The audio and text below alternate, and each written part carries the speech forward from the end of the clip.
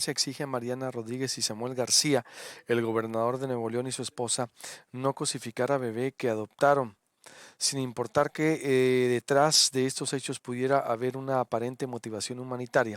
Es fundamental recordar que niñas y niños y adolescentes son titulares de derechos y que es obligación del Estado y de sus representantes velar por estos derechos, expresó la organización, la Red por los Derechos de la Infancia. Este fin de semana la pareja obtuvo un permiso para convivir con un menor con discapacidad del DIF Capullos durante un fin de semana y se hizo un escándalo porque ya es un espectáculo, pues ya para subir cualquier foto y no importa ni los derechos ni degradar también a las niñas y a los niños. Tania Ramírez, directora de la Redim, buenos días, ¿cómo estás? ¿Qué tal, Luis Alberto? Muy buen día. Lo mejor para ti este 2022. Gracias por estar con nosotros. Frente a qué estamos con esta situación que ocurrió en Nuevo León y que le está dando la vuelta al país, Tania. Pues estamos frente a una situación compleja en donde desde una lectura superficial pareceríamos estar hablando de eso, de una historia con una motivación humanitaria, de cuidar, de ayudar a un bebé. Pero hay que recordar que desde hace más de 30 años lo que nos manda la Convención de los Derechos del Niño es a recordar que niñas y niños son titulares de derechos y no objetos de protección. Y este es un paso adelante importante si en realidad nos importa la niñez, ¿no? Entonces, al haberse sustraído a este bebé del centro Capullos, muy probablemente se pasaron por alto las normas. Ya está la autoridad y afortunadamente el DIF nacional ya inició una investigación para poder determinar cómo es posible, porque no es, digamos, no es un libro que se saca de la biblioteca un fin de semana, ¿no? Hay una serie de requisitos que pueden ser burocráticos o no, etcétera, pero que están diseñados para proteger a esa niñez que de por sí ya fue vulnerada. Estar en un centro como el Centro Capullos quiere decir haber sido víctima ya de violaciones a derechos humanos. De ahí la importancia de redoblar el cuidado. Entonces, las normas y los protocolos que tienen estos centros muy probablemente se burlaron, se brincaron, porque no existe tal cosa como una adopción de fin de semana, tampoco existe la figura de acogimiento familiar así como se hizo, ¿no? Sin, digamos, solamente con 2 días, con un niño pues tan bebé, ¿no? Es algo que se suele hacer cuando hay un vínculo familiar, que tampoco es el caso, con niños a veces de más de 6 años, pongamos, ¿no?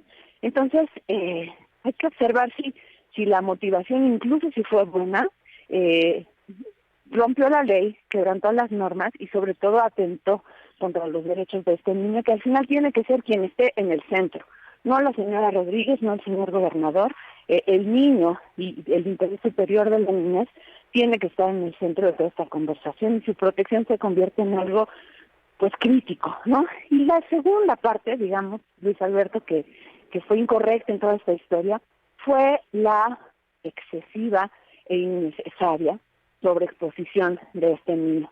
En muchas ocasiones ni siquiera cuidando su imagen, digamos, exponiéndole su nombre, su rostro, su condición de discapacidad, usando su cuerpo también, hay que decirlo, para colocar determinados uniformes que tienen determinadas marcas. Y aquí es donde viene lo problemático, porque una acción que podría haber sido, y esto yo en realidad quiero pensar que así fue, con una motivación genuina de interés, se materializa en tanto rédito mediático y en tanto rédito político y también en rédito económico, que vale la pena pensar si efectivamente esa era la última motivación, ¿no? Ujú. ¿Qué tendría que pasar entonces, Tania? Porque exacto, hay que centrarnos en el niño y yo diría también exacto en las niñas y niños. Ahorita haciendo una reflexión, ¿por qué no vemos campañas de adopción formales y bueno, y de desburocratizar también las adopciones de niñas y niños? eh, para sensibilizarnos más, ¿no? Digo, ellos dijeron, logramos el objetivo, pusimos el tema en el debate, bueno, pero vaya, ¿de qué forma? Yo más bien, sí, digo, como dices, exacto, no es un libro de biblioteca, nomás de que lo agarro y lo traigo, lo exhibo y como producto, pues, no es así. Es decir, Ujú. ¿cómo no te crees que debiéramos avanzar en el país para una campaña de sensibilización para adoptar de manera responsable? Sí, la verdad es que México es un país que tiene una baja cultura de la adopción, del acogimiento familiar. En otros países esto es mucho más común. y sin duda debemos avanzar hacia allá. Pero ¿avanzar cómo? Avanzar con una perspectiva de derechos y con una perspectiva de derechos de la niñez, porque eso tiene que estar en el centro, no únicamente porque lo opine Redim o porque pensemos que es un mandato ético, sino porque lo marca la ley, lo marca la Constitución en su artículo 4. El interés superior de la niñez tiene que regir toda acción pública, y el respeto a la Convención de los Derechos del Niño, que es un instrumento internacional al que el Estado mexicano, incluido el señor gobernador y su esposa como funcionaria pública, se comprometen al tomar cargo, tanto como la Ley General de Derechos de Niñas, Niños y Adolescentes, que es algo que enmarca cualquier acción en favor de la niñez. Digamos que adelante con poder seguir hablando y promoviendo este tema.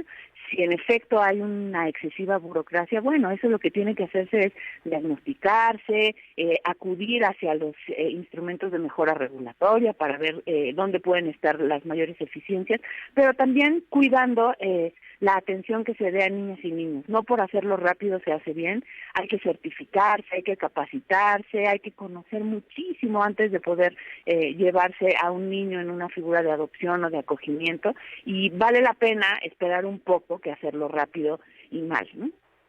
Eso seguiría entonces. Conclusión, Tania, ¿hay algún dato de cuántos niños están así, por ejemplo, pudieran estar en adopción en el país?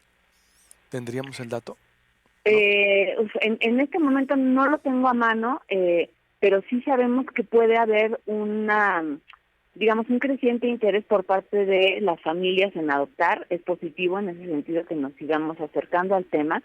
Y también recordar que la acción pública, digamos, para fomentar este tipo de actividades de adopción, este tipo de figuras, tiene que estar enmarcada en un marco de derechos, ¿no? Digamos, ni siquiera cuando se trata de promover los derechos de niños y niñas se vale violentar sus derechos, ¿no? Vulnerar su imagen, vulnerar su derecho a la identidad, a la preservación de una identidad. Su derecho a la vida privada también fue violado con todas estas historias en el fin de semana.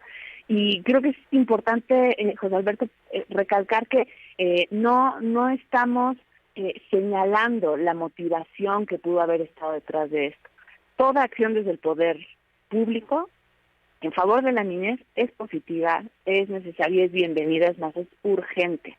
Pero esta se tiene que materializar no como ayudas o dádivas, sino como una política de Estado consistente, con enfoque de derechos, en donde sea toda la niñez la que pueda haber garantizados sus derechos, de manera que las condiciones en las cuales viven estos niños mejore y podamos estar hablando de que cada vez haya menos niños en estos centros de acogimiento, porque es la violencia, la pobreza, la marginación la que sigue haciendo que estos centros no se llenen, pero que haya tantos niños. Entonces, la invitación, sobre todo a las personas en cargos públicos, como pueden ser una gubernatura o la oficina de Amara Nuevo León en este caso, tienen todo el poder en sus manos, no solo el poder mediático, sino el poder político, para hacer esas transformaciones estructurales que mejoren de vida de la niñez mexicana, de manera que podamos estar hablando de que cada vez más niños y niñas están también acercándose a haber